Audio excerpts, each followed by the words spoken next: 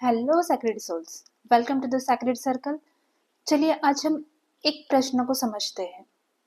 Lord Shiva को हमेशा meditation में क्यों दिखाया जाता है? हिंदू स्क्रिप्चर में, स्पेशली शिव पुराण और योगिक टेक्स्ट में शिव जी को आदि योगी कहा गया है। ये तो हम सभी लोग जानते हैं। The first Yogi, the source of yoga. क्या आपको पता है, योगा का मतलब सिर्फ फिजिकल पोस्चर नहीं।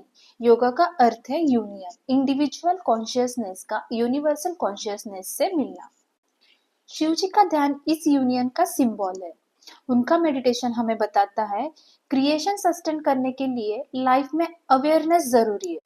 और हमने हमारे पहले वीडियो में भी देखा है कि अवेयरनेस का इम्पोर्टेंस कितना है लाइफ में।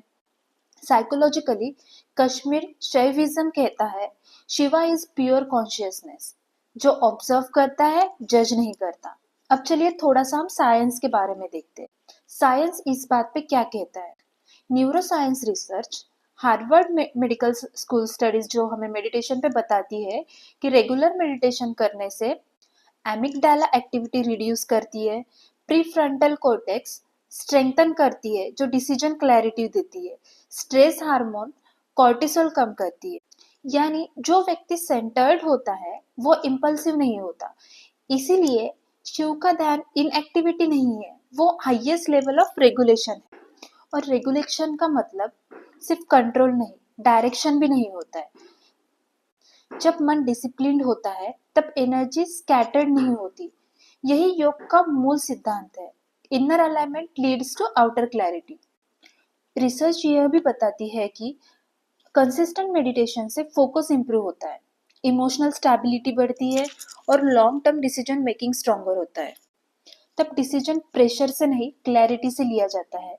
तब रिएक्शन कम होते हैं और रिस्पॉन्स मीनिंगफुल होता है।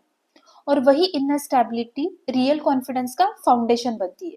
हर सिचुएशन में तुरंत रिएक्ट करना जरूरी तो होता ही नहीं, कभी कभी रुकना ही सबसे पावरफुल एक्शन होता है।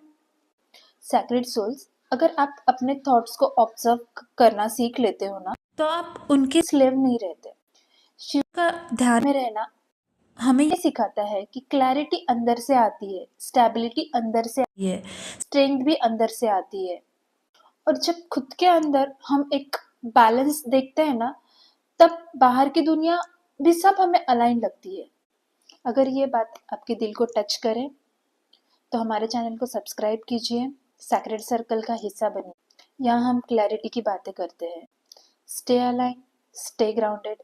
सैक्रेड सर्कल हमेशा आपके साथ है। Thank you.